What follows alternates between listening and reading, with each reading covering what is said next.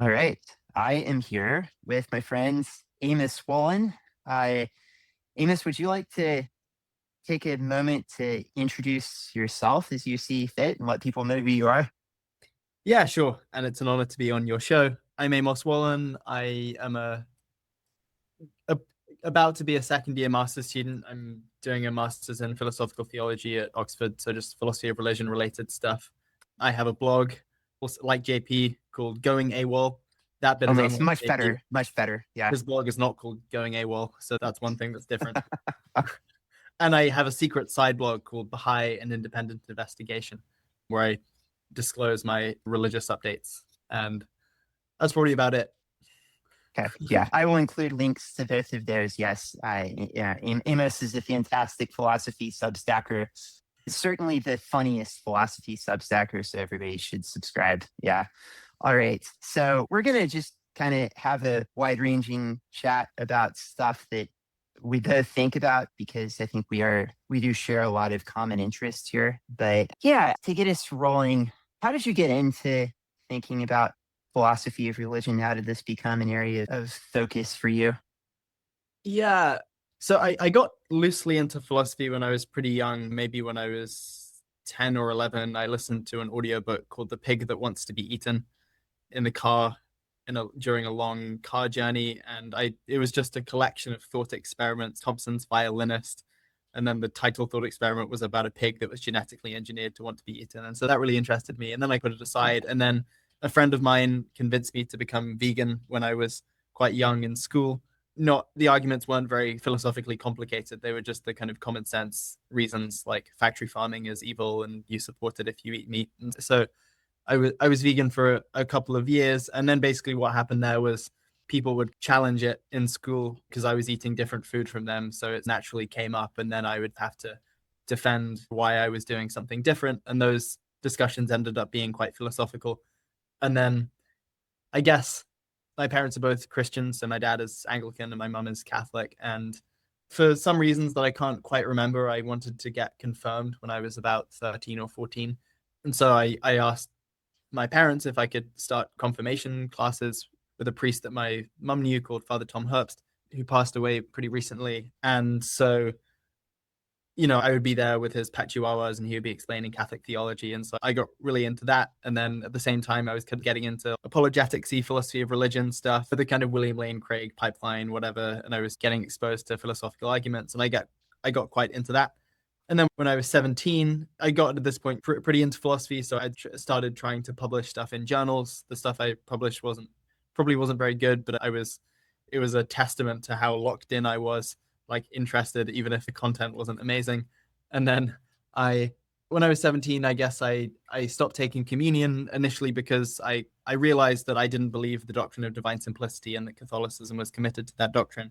So some philosophical arguments, which I'm now not sure were sound, and also I'm not sure that they targeted something that Catholics are committed to. But at the time, it seemed to me that the arguments were sound and that they targeted something Catholics were committed to. And so I stopped taking communion temporarily because I was out of communion with the package of Catholic dogmas that you have to accept if you're Catholic. Right. Once that one thing came away, psychologically, it had the effect where I wanted to question whether my other beliefs were well supported or whether I'd rushed into this. And I decided that I had. So I thought, oh yeah, maybe my arguments for the existence of God aren't as convincing as I thought. So I went agnostic for a while, and then the beginning of undergrad, I became a theist again because of the argument from psychophysical harmony. I thought about it for a few months, and just one night at 7 past 12 on a Wednesday, I became convinced, yeah, this is right. And then since then, I've just been doing a lot of philosophy of religion and trying to think about which religion I should convert to and stuff like that.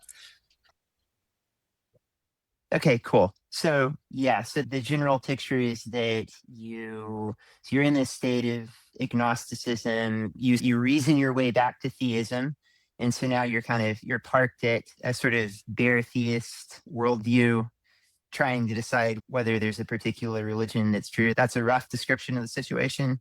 Yeah. Yeah. Okay. So I think something that you and I have in common is that we got drawn back to theism. It took me longer than you. We got drawn back to theism because of philosophical arguments, which is not super common, I think. And So what are the arguments that you think are strongest for the existence of God? Yeah.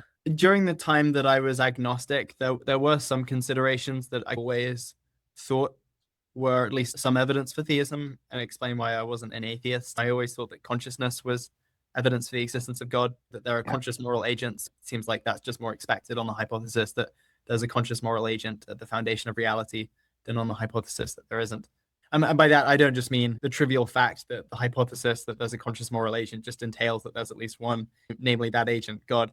Yeah. But rather, like, a conscious moral agent might have reason to create other conscious moral agents if the conscious moral agent is perfectly good. And so, Yep. yeah. And then I guess I always thought that beauty was some evidence for theism, and more strongly that moral and other sorts of a priori knowledge made more sense given theism than given atheism. But then on the other side, there's problem of evil. Just like theism takes a massive shellacking from that. And I've always thought that. And yeah, I guess the thing, and then the thing, like I said, that tipped me over the edge was psychophysical harmony. We can talk about what that is if. Yeah. Okay. Yes, sure. Yeah, no, I'm actually going to do a chat with Brian Cutter, next week. So we'll go in depth, but let's cover it. Yeah, if to the extent that you want to right now. It's a strong argument, so it deserves some time. Yeah, sure. So quick pitch. Yeah. Conceivably, the relationship between physical brain states and mental states, what goes on in them, what it's like, those could have been different from the way they are, at least conceivably. So you can coherently imagine a philosophical zombie, a being who's microphysically identical to you, but for whom there's nothing it's like to be it. So there's nothing going on upstairs, the lights are off, it's completely dark. And so I'm thinking that's conceivable. If that's conceivable, then other similar things are conceivable. So it's conceivable, for example, that there could be a being microphysically identical to you, right down to the smallest atom in its brain, but who only ever saw static, who only ever heard a ringing noise, who only ever felt the feeling of warm bathwater, and many similar kind of fruity psychophysical pairings that you can imagine. Yeah. And so I'm thinking, it seems like the majority of these, in some sense, would have been bad or unfortunate or less fortunate than the psychophysical pairings that we actually have. So given the way that the psychophysical laws actually are, we can, by and large, perceive reality roughly the way it is. We can intend to assert something and then assert something with the content of what we intended to assert. Our experiences of pain and pleasure are roughly in the rational order. So when I'm stabbed, it doesn't feel pleasurable. When I eat tasty food, it doesn't cause me excruciating agony and then cause me to keep on eating it. And you might think, prima facie, this is surprising. You might think, oh, actually, that's not surprising at all. Evolution immediately explains it. Yeah. But there's a subtle reason why evolution categorically does not solve this puzzle. The reason it doesn't solve the puzzle is that for evolution to give us psychophysical harmony, certain harmonious psychophysical laws need to already be there in the background. Yep. By analogy, even if it were adaptive for evolution to select for the ability to walk through walls and run faster than the speed of light, given the actual laws of physics, evolution couldn't select for that. And so if the psychophysical laws were different, such that they prohibited the natural selection of minds with psychophysical harmony, then it just wouldn't matter how hard evolution strove for psychophysical harmony. It wouldn't be able to get it. And relatedly, evolution only cares about behavior, so it doesn't care about my experiences. And so if the psychophysical laws were such that evolution was able to select for the same sets of behaviors in the absence of psychophysical harmony, lucky psychophysical laws, then it seems like evolution would just do that, regardless of what it felt like to be a creature that evolution had selected. And so I guess I think that the hypothesis that reality is indifferent to facts about value is going to put a very low prior on psychophysical harmony, right? So it's very unlikely that that of all the ways that reality could have been, if reality is indifferent to valuable things like psychophysical harmony, that it would have arrived at harmonious sets of psychophysical laws. But conversely, the hypothesis that the psychophysical laws are contingent and that there's some kind of value selector who can pick which one he wants, that hypothesis makes it not so terribly unlikely that we would have psychophysical harmony. And so I think that the fact of psychophysical harmony is very strong evidence for some type of value selector, plus the thesis that the psychophysical laws are contingent, over the hypothesis that reality is indifferent to valuable things like psychophysical harmony. And then I'm going to think the most intrinsically probable value selector, or at least one of the most intrinsically probable value selectors, is theism. And so that's basically the argument. That's really, yeah, that's a really good summary. It's a notoriously hard argument to get across. And you're right that people tend to like immediately get hung up on the evolution thing. But once you see it, it's very hard to unsee it. And I like the way that you put it too, that this is not just an argument against standard naturalism. It's an argument that should push you in the direction of, as you said, a kind of value selector. So it pretty straightforwardly gets you into God territory. Yeah, good. Okay, so we've got consciousness, and then we've got the particular phenomenon relating to consciousness, which is psychophysical harmony. Other arguments that you think are particularly powerful? So a paper that Matthew Adelstein and I co-authored presenting an argument that he invented called the anthropic argument was just accepted in a journal called Kentness. Congrats and deserved. Yeah, I'm glad that found a good home. Yeah. Thank you. Yeah, so it's just undergoing its final proofing stage, so hopefully it'll be out soon. That's great. I guess that's never been an argument that sort of played very strongly in my mind in terms of my own credences, where I think it's a very clever argument and it's very hard to see what, if anything, is wrong with it. But it's such early days that I'm really not sure what I think about it. So that there are just a lot of sort of complicated issues to work through that I haven't personally achieved clarity on. But the rough sketch is basically, first, you need to assume a principle called the self-indication assumption. And you don't need to just assume it on blind faith, right? There are arguments for it. But the rough sketch of what the principle says is that you should reason as if you are a random sample from the collection or the set of all possible beings, of all possible observers with your evidence. And the consequence of that principle is that, all else equal, you should favor hypotheses on which there are more observers than on which there are fewer. So here's maybe an illustration of that principle. Imagine that you wake up in a red room and you see a note, and the note informs you that God has flipped a coin. And if the coin came up heads, he would create one person in a red room. And if the coin came up tails, he would create 10 people in a red room, in each in their own red room. They're not all packed into the same red room if the coin comes up tails.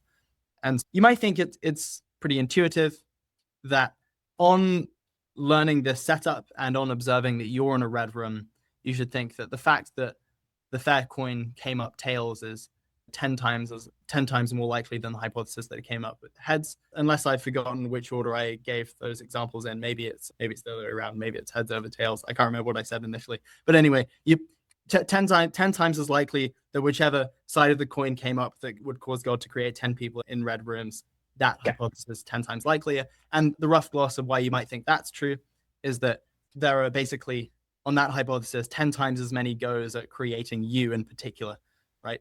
You can imagine that there's just like a mysterious platonic bag of all the possible observers that there are, and one of them is you. And basically, we're imagining that the hypothesis on which God creates 10 people is like God takes 10 of those instead of one. And then that means that it's 10 times likelier that you would be one of the ones selected, right? And so that's a sort of intuitive gloss of the principle. And so suppose you accept that, then it looks like it's going to have pretty radical consequences. In particular, it's going to allow you to update very strongly in favor of theories on which more people were created than fewer. And in particular, the theories that will get the strongest boost given this principle will be theories on which either all or unsurpassably many observers are created. Observers who you could be are created or come to be. And so I think basically that there is just a sort of narrow selection of theories that might have this consequence. So modal realism has this consequence. So every possible person exists, given modal realism concretely exists.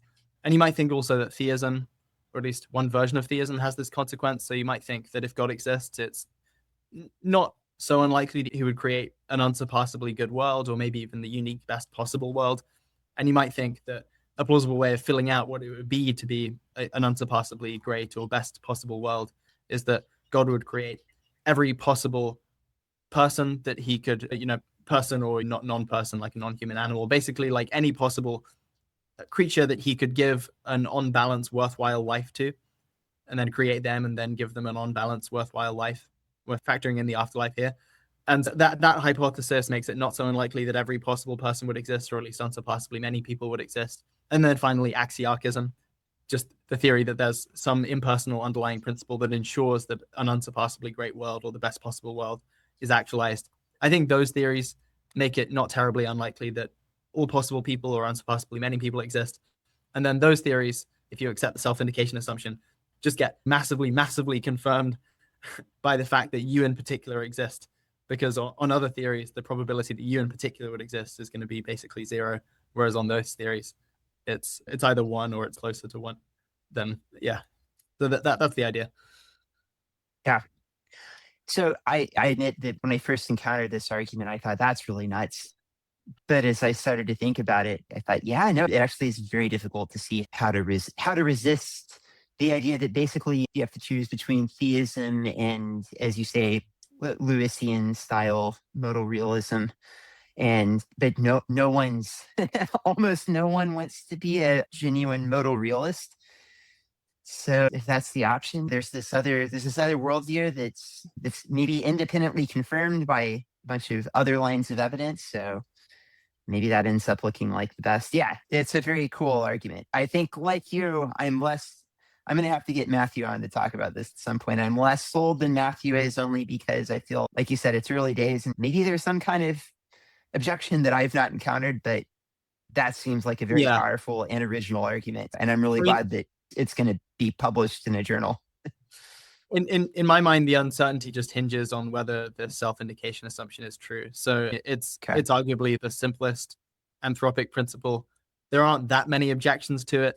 What the most famous objection to it is just that it has the consequence that you can be very confident a priori from the armchair that vast pluralities of people get created. But it never seemed to me that was a terribly strong objection. But I guess the dialectic between the various theories of anthropics, compartmentalized conditionalization and the self-sampling assumption, and maybe some mystery anthropic principle that hasn't been created yet, that's all very complicated. And I'm just not sure. Okay.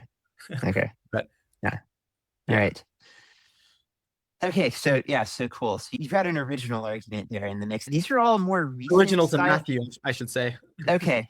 Yeah. Give the man his credit. But it does strike me that these are all more recent type arguments. There's some version of the consciousness argument that we can trace back further, but are there any of the older arguments, the classical arguments for God, that have moved you at all? Could you give an example? Cosmology, first cause type arguments, contingency arguments, ontological arguments, any teleological arguments, any of those? Since becoming a theist again, those haven't really been part of the story for me. I think I'm more optimistic that maybe some cosmological argument could be persuasive or help buttress the case for theism, in particular to buttress the case for there being a necessary layer to reality. I'm skeptical of cosmological arguments that aim to be very ambitious, to establish from first principles that there is a God as opposed to a more generic necessary being. And I guess over the past few years, I've never been that persuaded by, say, the Kalam cosmological argument. I'm just skeptical of the arguments used to justify the second premise that the universe began to exist. Ontological arguments, I think I share the suspicion of sort of most people who spend time on them, that they're very interesting and you can learn a lot by kind of thinking about where they go wrong, but you can be pretty confident in advance that they do go wrong. And I think in at least some cases, I'm fairly satisfied with the kind of consensus diagnosis of why the arguments go wrong, either that they're unsound or that they're unpersuasive. So I don't know. I'm open to an argument being persuasive, but I guess my philosophical instincts are more they pull me in the direction of evidential arguments that appeal to premises that basically anyone can get behind, or most people can get behind, rather than these kind of ticky-tacky 50 premise cosmological arguments that rely on a billion kind of contested metaphysical principles, where I think I'm really likely to be wrong about at least one of those metaphysical principles, even if I came to accept all of them. And so it's just not the most expeditious way of arriving at the conclusion that I'm looking to see whether there's a reason to arrive at. Yeah. Maybe. I confess the ontological argument is the one that first started to move me. I know that's a shameful thing in contemporary philosophy of religion to admit. But the more scorn people heap on me for this, the more I dig in. Was it the modal ontological argument, or was it? Well, I think the modal ontological argument got me thinking, and then it was more the classic Anselmian style argument that I don't know if it fully convinced me, but I was at least drawn to think that there's plausibly something here. That I then started to go and take another look at the other arguments. And then that was the process that kind of got me underway. But it's not as simple as that. I read the ontological argument and I was convinced, but it was always just it always stuck in my mind, and I remained really interested in it. I asked the question because I have read this slide videos from this past year. I feel like there are a lot of us who do you feel in some ways more moved by these evidentialist, often, Bayesian type arguments for theism, but then it seems like maybe it would be sort of surprising if, given that those arguments are sort of recent, there weren't arguments before recent decades that justified people in believing in God, right? You see sort of the worry here is like, if all of our best arguments for God are just a few decades old, that seems like it's sort of strange if theism is true. So do you think that, like, now that you've become a theist, you should think that the older type arguments maybe have more going for them than it used to seem? Yeah, I mean, so I guess there are two things, right? I mean, so one, I think, even when Aquinas and Leibniz and Anselm were sort of discussing their sort of novel ticky-tacky arguments for the existence of God, there would still be a similar problem that they could ask about the fact that the vast majority of theists have never even thought about arguments like these. And so then there's a similar problem that faces them about whether all of these other theists are justified or warranted in their belief. So I think if this is a problem, it's not just a problem for modern people. It's a problem generally for kind of anyone who thinks that these sort of natural theological arguments are sufficient reasons to believe that there is a God. So yeah, I mean, so you might just think, widespread theistic belief is just a Gettier case, or maybe it's not even a Gettier case. So maybe ordinary believers were never justified in their beliefs, or maybe many of them weren't.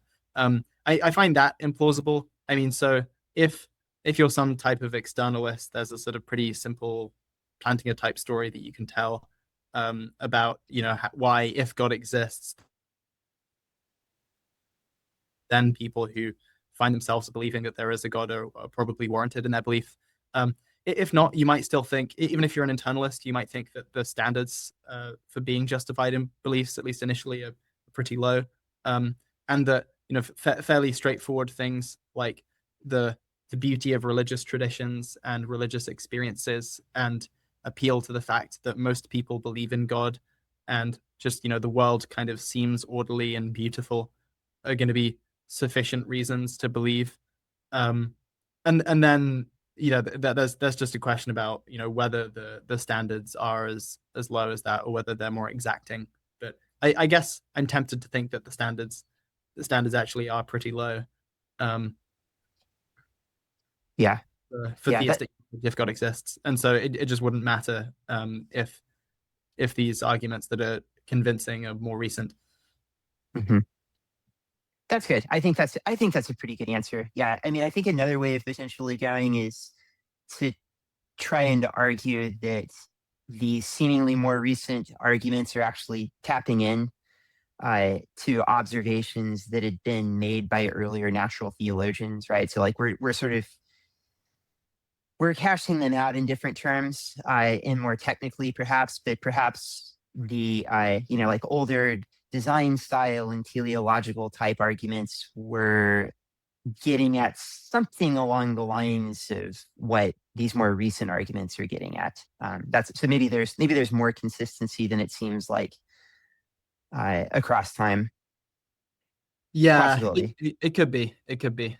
Um, I just I just wonder about the sort of cogency of the more kind of stripped down cosmological arguments, like that that there's a world, therefore there must be a world maker. I mean, I can sort of see that. I'm sure some people would have made that inference, but I just kind of wonder about the cogency of the inference and Hmm. whether that did supply justification, or at least like a sturdy type of justification that wouldn't be just immediately defeated by thinking about it for 5 more seconds. Um, and so yeah, maybe I don't know. It could be. Um, I'm open to that being true for some people. I guess I'm thinking that if we want to say that most theists were justified in their belief, maybe like the kind of safer story that captures more people is going to be something more having to do with uh, justification stemming from a kind of God sense that people have Hmm. wired into them from religious experiences, and then derivative on that, people being justified in believing what the majority of people think. Just like if your society says something is true, and other societies around you are saying exactly the same thing, and there's a sort of broad consensus that this is true, then probably that supplies justification. And if the chain of testimony is sort of uninterrupted and it starts from a sort of reliable source from which the testimony derives, then I'm going to think that the beliefs that are believed on the basis of this kind of social testimony are going to be justified as well. Um, and then some people in addition maybe became justified because they thought about these kind of stripped down teleological and cosmological arguments. I don't know. What do you think about that? Yeah. Yeah, I think that's a good story. That makes sense. That makes sense. And because so to kind of big picture it, we certainly wouldn't want the consequence that like no one was justified in believing in God until 30 years ago or something. Like when we were first, Why wouldn't you want that consequence? I mean, I agree that I don't want that yeah, consequence. I'm curious about your reasons. yeah, because I think that if we're thinking of God as something like a perfect mind, the ultimate being, it seems like such a being is going to have a lot of pretty strong reasons for wanting it to be the case that creatures like ourselves could know of his existence. And so while it's possible, it seems like it's not expected on theism that many, many, many generations of human beings lived at a time when they weren't justified in believing in God. So there's got to be some kind of story along the lines of what you told, I think, where normal people under normal contexts can pretty easily believe in God if God exists. That feels right. Yeah. Um, so I mean, I know that we share a concern about evil. I think we're probably both happy to talk about evil as evidence against theism. Um, so we should probably pivot to thinking about the problem of evil, unless there are other arguments for God that were really consequential to your intellectual development Um, you like to touch on. well, I think that there are no others that were sort of really formative in cementing my belief in God. I guess there are more that since becoming a theist, I've become Yeah, more sympathetic to, like the fine tuning argument. which But makes sense. Yeah. yeah, right. But where if you accept a certain type of theistic argument, um, where you sort of come up with a sort of relatively simple spelling out of the God hypothesis, and then you think that that theory makes predictions, and then you think that that you can reason from good lucky things to theism, then there's just a class of arguments that you're very, very likely to be sniped by, including, the fine tuning argument and the argument from nomological harmony and things like that. But those are all of a piece, and I guess they weren't kind of biographically important. I don't know. Yeah. Yeah. I mean, I think this is also common ground between us because I think that once you start to take theism seriously, you see that God does seem to predict a lot of things that we see in the world. There are a lot of features of the world that seem like they're broadly more expected on theism than not. And I think in a lot of these cases, like, in the case of beauty, perhaps, or agential freedom or something like that, the particular observation, perhaps, doesn't constitute really, really strong evidence for God. But then when you take a step back and notice that, oh, this hypothesis is just predicting a huge amount of what I see in the world, that seems to add up to a pretty good reason to think maybe this is the correct hypothesis about fundamental reality. Yeah. Yeah, I agree. I think we're been. Oh, sorry. Go ahead, please. Yeah. Oh no. Leading into when we talk about evil, Yeah. People watching might think, oh, so we're both going to concede that there's a lot of bad stuff about the world, and so shouldn't your determination just be based on whether you think that there's more good stuff than bad stuff in the world, and is it unobvious that there's more good stuff than bad stuff on balance? But I think the way I'm thinking about it is that in favor of theism, you have a number of lines of evidence that are largely independent of one another, then independently converge on the hypothesis that God exists. Whereas for atheism, at least for me, there's one very weighty line of evidence, but it's basically one line of evidence where the different considerations about various bad things like animal suffering and human suffering and infant suffering, and social evil and natural evil, it's likely that if you come up with a story that's sufficient to explain, some large part of the evil that you see, that it's going to just cover everything. Whereas it looks harder to me to figure out a sort of nice, simple story that captures all of the things that I think that theism can explain. And so that's the kind of thing that I take to be the asymmetry. It's theism's ability to provide a unified story for disunified types of evidence. Yeah, nice. That seems right. Okay, so pivoting to evil, maybe I'll do it like this. I'll put on my atheist hat and try to press the argument from evil and see what you have to say by way of response, right? So I think it like the strongest type of formulation of the argument from evil is going to be a broadly evidential one, not a logical one. It seems like it's possible to logically reconcile the existence of God with some evils, and I think probably most atheists and agnostic philosophers of religion are happy to grant that at this point.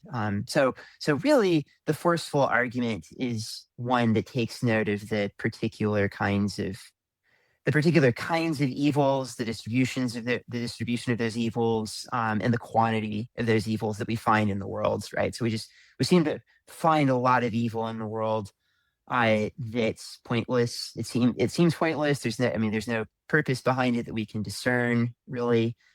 And that just seems very surprising on the hypothesis that there's a perfect mind behind reality, whereas it's totally expected if we suppose that reality is just fundamentally indifferent to the welfare of conscious creatures like ourselves and other animals. So why, Amos, is that not just pretty much a question-ending consideration? Why do we consider theism a serious hypothesis in the face of just a massive amount of evil in the world? So I basically think that it would be a question-ending consideration were it not for the evidence that favors theism. So I think that the evidential argument from evil is just a really, really good argument. Like it's about as good as any philosophical argument could hope to be.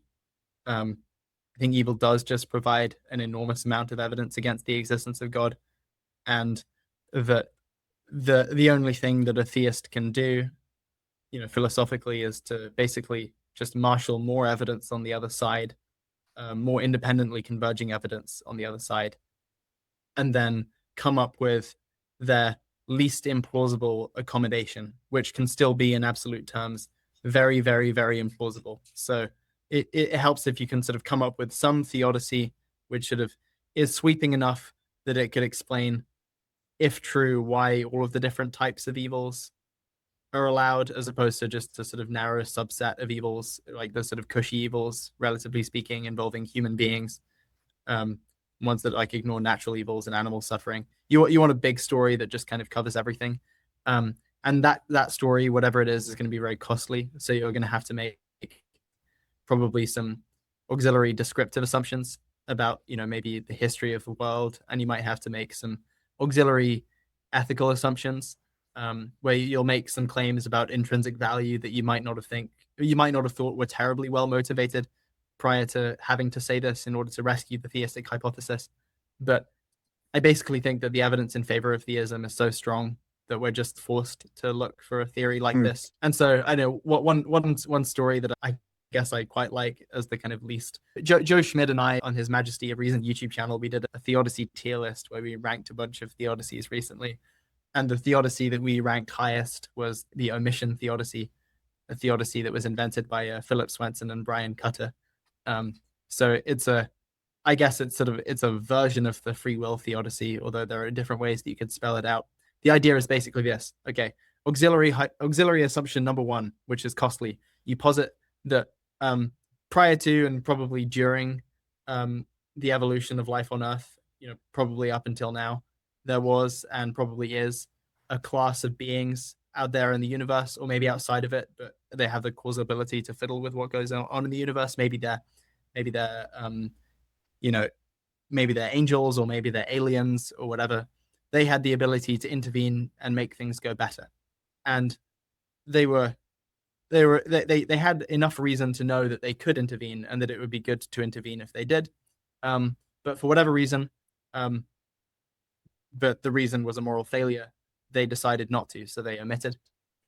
And then life on Earth was left to evolve as it would were no one to intervene. And so, this is why evolution looks unguided, and why the distribution of suffering looks entirely random and haphazard and gratuitous, because it genuinely is random and haphazard and gratuitous. And similarly, evils sort of continue to occur today, and there's a class of creatures that could have intervened to prevent that, and they decided not to. And so this is sort of broadly speaking why the structure of the world is such that things are very, very bad for creatures who are living in it. So what are some advantages of saying this? Well, one advantage is that it's sort of sweeping enough that it covers animal suffering and natural evils. Another reason is that, unlike some other types of sort of global free will theodicies, like that there are demons under the earth that are shaking the tectonic plates, this explanation doesn't compete with our best scientific causal explanations for why there are things like earthquakes. So that's an advantage. And then maybe it has an advantage over the simulation theodicy, on which the evils that happen on Earth are the product of the free will of our simulators. And the only advantage probably is that you might just have issues with the simulation hypothesis. So you might think that it's a skeptical hypothesis, or you might think that it's really, really improbable for philosophy of mind reasons.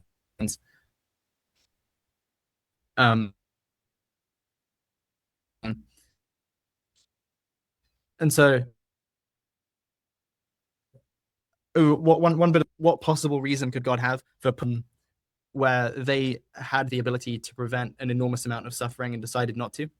Well, one thing to say is that if you're a theist, I think you're going to have to say that it's just part of the background opposition with respect to non-human animal suffering. So we can, if we want, invest a lot of money into finding out ways to intervene with wild animal suffering and then trying to prevent it. But currently, we're not doing that almost at all. And so I think that any theist is just going to have to make it part of the background knowledge that, for whatever reason, God does put creatures in this position where they can intervene and help, vast numbers of creatures, help to make them better off than they otherwise would be. And he lets them omit to do that. Similarly, we're in a position where we can do a lot of things that would help the long-term future. And God, for whatever reason, is allowing us to not do that. And so I think any theist is going to have to say that this is part of the background knowledge, of like things that God allows. And so it's not so surprising that he did it again with some other creatures. But yeah, like why would he allow this at all? Well, one story might just be something like, well, there may be a class of intrinsic values which could have been actualized if we did the right thing.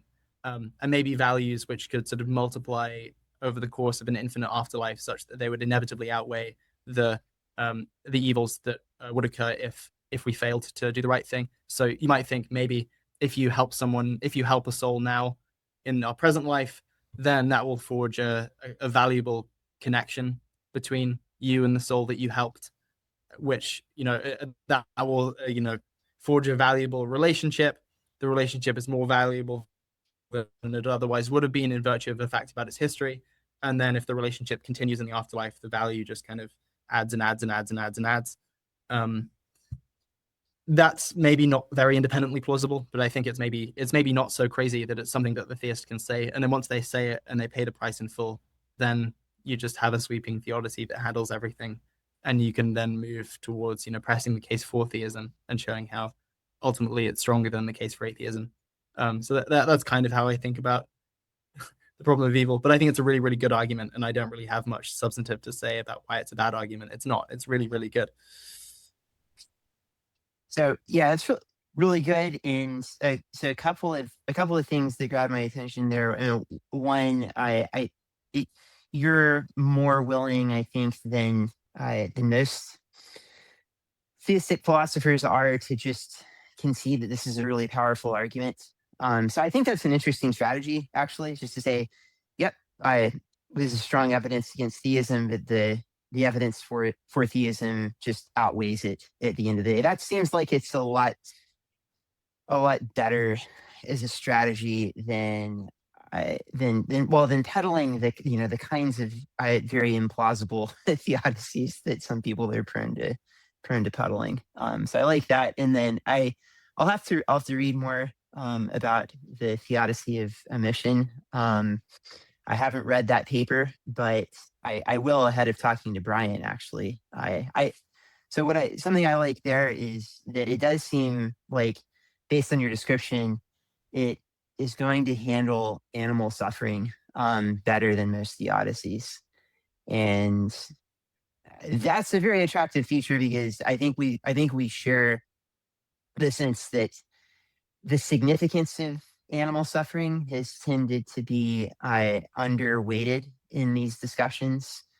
I think a lot of theists who've tried to deal with the problem of evil have not been kind of like worried enough by the enormous amounts of suffering that non-human animals experience.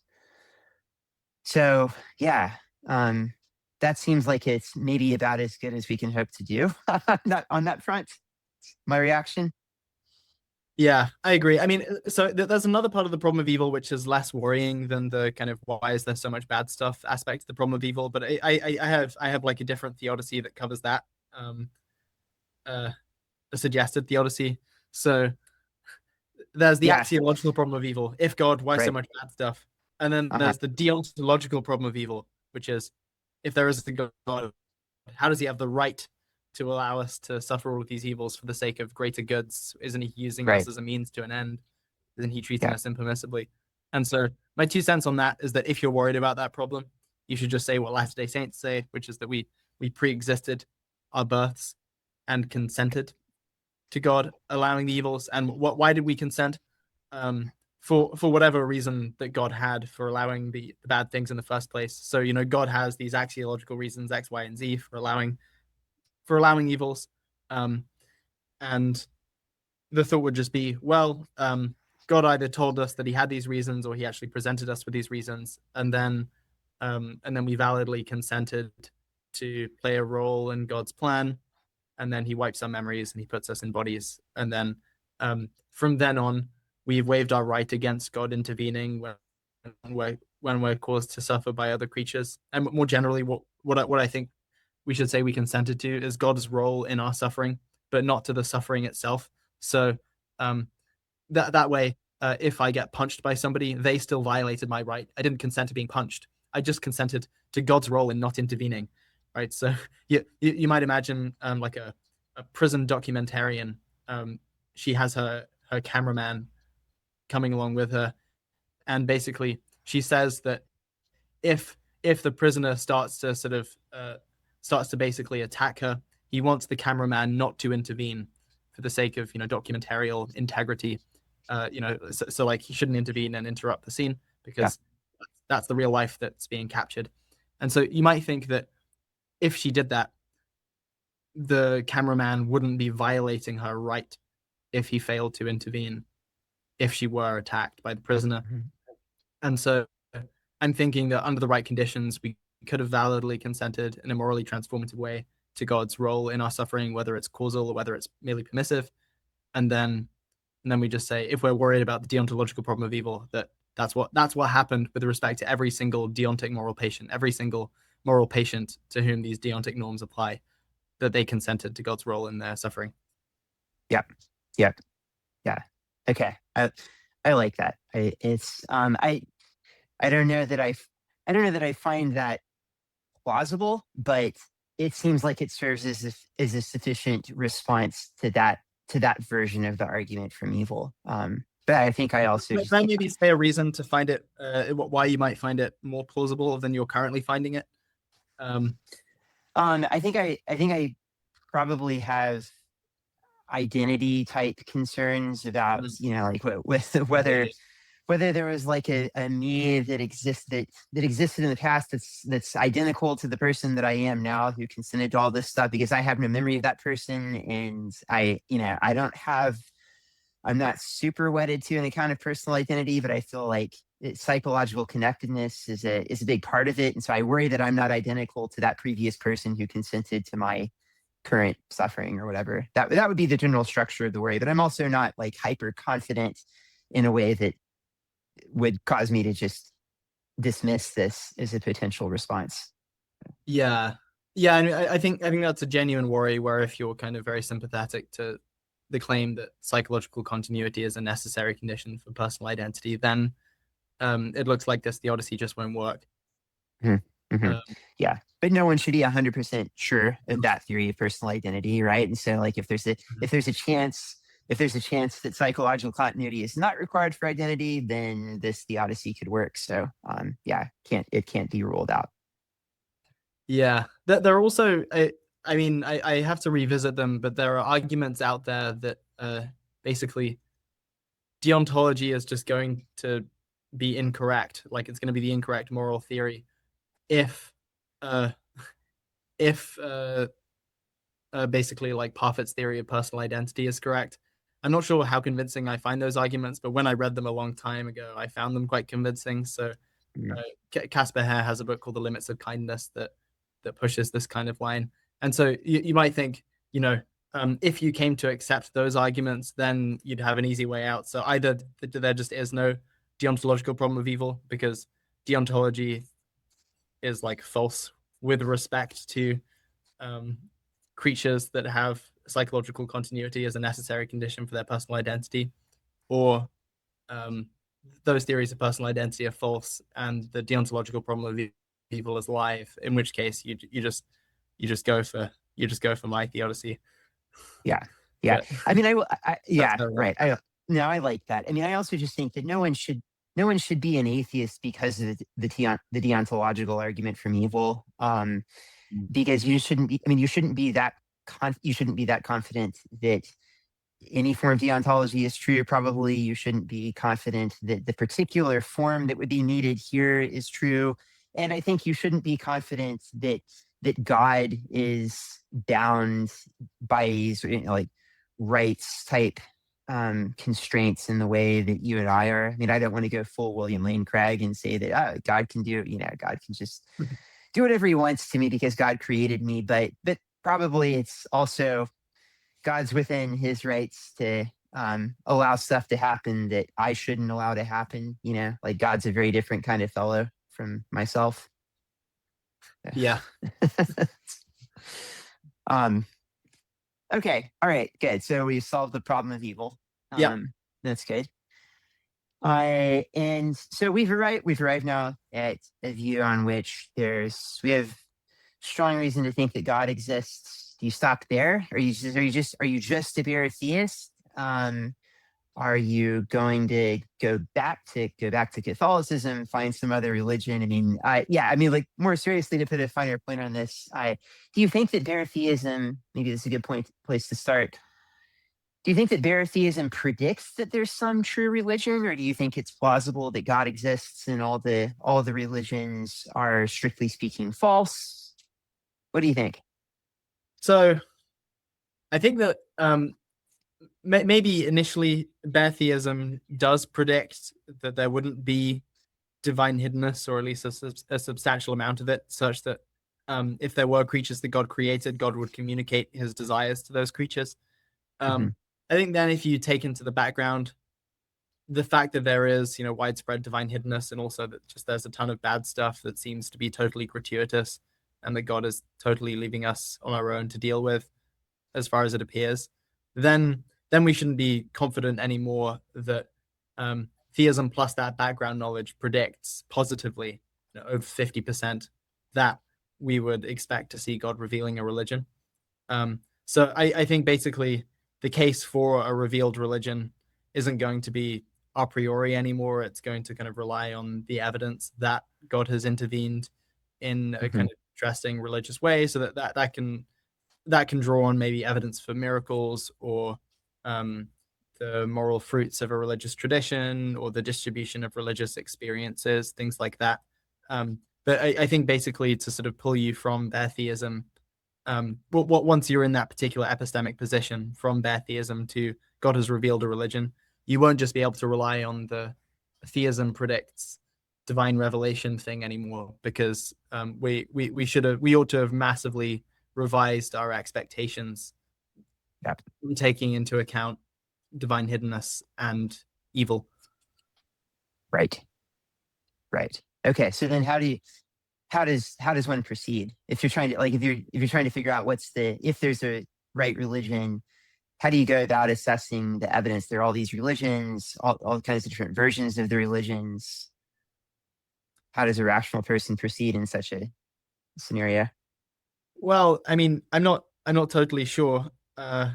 Joe Schmidt and I were currently instructing at a philosophy summer program called Reason and Rationality, based at Princeton, and um, one of the class that we have for the advanced students. If anyone listening is an advanced student, you should apply to Reason and Rationality. Somebody in high school who's interested in philosophy. But one of the things that we talked about, we did a basically 4-hour class on um, how to figure out which religion is true. So things that the students suggested, like these all seemed like relevant considerations. So what one thing is, you've got to consider potential lines of evidence against certain religions, um, or certain religious paradigms, ones that might kind of rule them out or weigh against them. So you've got to check for internal consistency and probabilistic coherence, and you've got to check for moral fruits and immoral commands, and um, you've got to check whether the sort of models of God in question are philosophically plausible, and whether there are philosophical arguments for or against particular doctrines that it has. I think more concretely and more realistically, um, religiously salient miracles are a place to look. I mean, that's what I'm sort of spending half of my day every day looking into when I have free time. It's just particular miracle cases, um, considerations about the distribution of religious experiences, about the profound wisdom of allegedly revealed religions, the great faiths. That's going to matter too. And yeah, and then obviously there are arguments that could hypothetically matter about arguments from fulfilled prophecy for particular religions, blah, blah, blah. So these are all things that in principle could bear on which religion you ought to convert to, and whether it's just one. Yeah. Okay. If you already think that you have strong reason to think that theism is true, you think that there's a perfect mind and ultimate being, however you want to cash that out exactly, that does at least seem to get us down to the religions that have such an entity at their heart, right? And not all religions do. Now, I guess it's not totally transparently clear how many religions don't, right? Because I know that, like, people debate about what are there forms of Buddhism that posit some kind of godlike entity or not. But it seems like you're going to want to go to the religions that most clearly have God in them in the first place, right? Are you going to expect them to be big? Would the size of the religion be a consideration, do you think? Yeah, I do think size matters when it comes to religion. So I think basically, if in the back of my head, Pascal's wager is a consideration. So I'm thinking Mhm. about, on the one hand, epistemic reasons to think that a particular religious story is true, and then on the other hand, there's a distinct question, and Pascal's wager reveals this to be a distinct question about which religion you ought to commit to, and so somebody might think that the religion that they came up with in their heads is more plausible than any existing religion, but that it's Many very such important cases, many such to cases. wager Yes. on Yeah. your own special cereal, right? Yeah. Yeah. That's a bad idea. So, wait, sorry, what was the question? I just blanked. Should we expect the right religion to be large? Yeah, for any particular religion, that it exists and is believed by a lot of people is a lot more likely on the hypothesis that it's true and revealed by Yeah. God than on the hypothesis that it's false. That probably won't get you very far in terms of showing that a particular religion is true. But I think what it does do is that if you're looking for the best candidate for a true religion, it's going to narrow down your search to the religions that actually exist and command some degree of support. So you shouldn't pursue your search randomly, just alphabetize the religions that have existed throughout human history and then just go through them one by one. Right. You should probably sort them in terms of size. You might think that's going to put Christianity at the top. I think that's not. Indeed, one might. Yes. Yeah. So Christianity is the largest religion, but I think actually that doesn't put Christianity at the top. The religious paradigm that will do best in terms of size is going to be some form of religious pluralism that just adds existing religions together and says that more than one of them are revealed by God. So if you have a religion that says that both Christianity and Islam were started by God on purpose, then that will just size mog Christianity by itself. And then but then you've got to think, okay, do those forms of religious pluralism actually exist, right? So you might want the version of pluralism that adds the religions together to exist and have widespread support. And then I think that's going to narrow things down if you're looking for a pluralist religion to Baha'ism, which is probably the only religion that exists that has millions of followers, and then adds particular religions that it names together. And so I'm thinking in terms of size by its own lights, of existing religions, Baha'ism is at the top, and then Christianity, and then Islam, and then all of the others in order of size. I'm probably not alone in not knowing much about Baha'ism, honestly. So feel free if you want to take a minute to hit the high points. What is Baha'ism? So Baha'ism, I mean, by its own lights, it's part of an ongoing pantheon of revealed religions, but the Baha'i faith gets started in Iran in the 19th century in the Qajar period.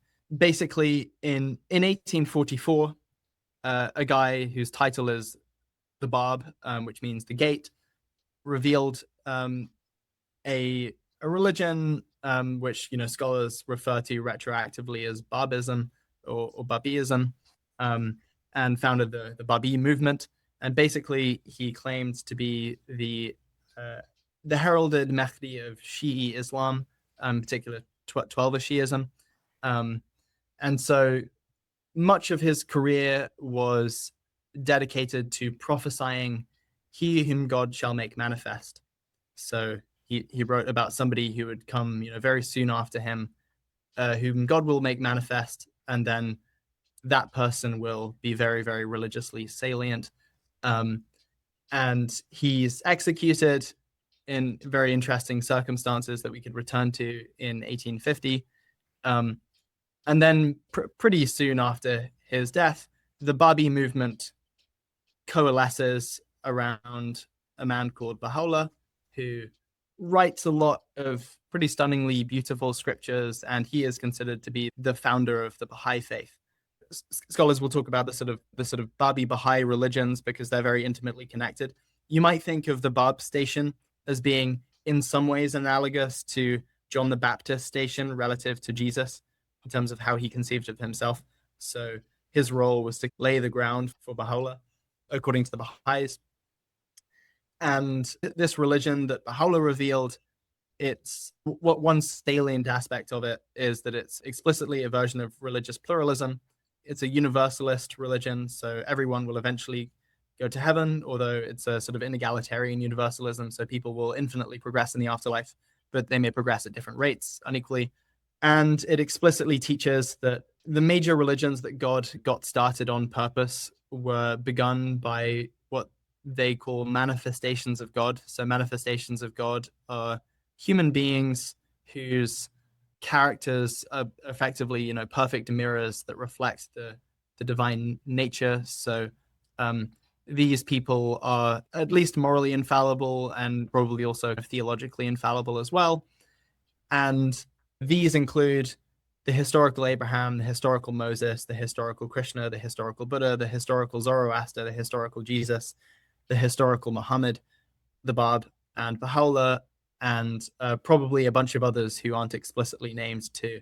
So it seems reasonable on the Baha'i paradigm to be sympathetic to the idea that maybe Taoism is a religion that God got started in the same way too.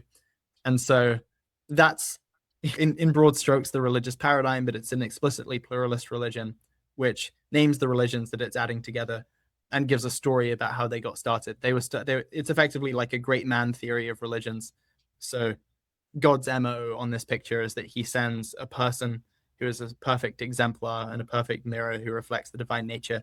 And that person reveals a religious dispensation that's tailored to its time and its day. And the manifestations of God, they can reveal different things, right? So some people can reveal aspects of the moral law or of theology that another doesn't reveal. And over time, humanity accumulates more and more religious knowledge. And then at the time at which the world becomes globalized, around the 19th century, according to the Baha'is, God saw fit to reveal another manifestation of God who explicitly unifies the world religions. So that's the Baha'i picture. Okay, so, and we can all subscribe to the Substack to learn more about the developments on this front, which I look forward to.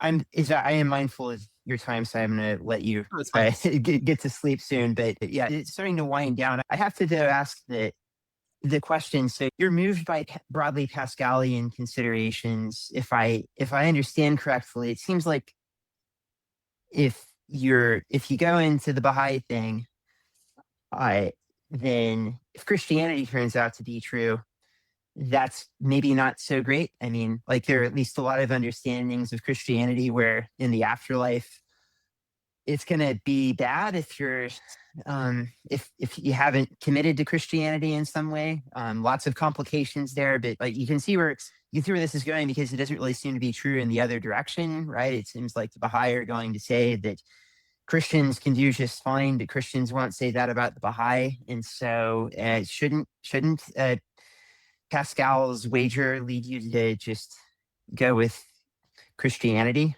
or some other religion that's threatening to send you to hell forever if you get things wrong?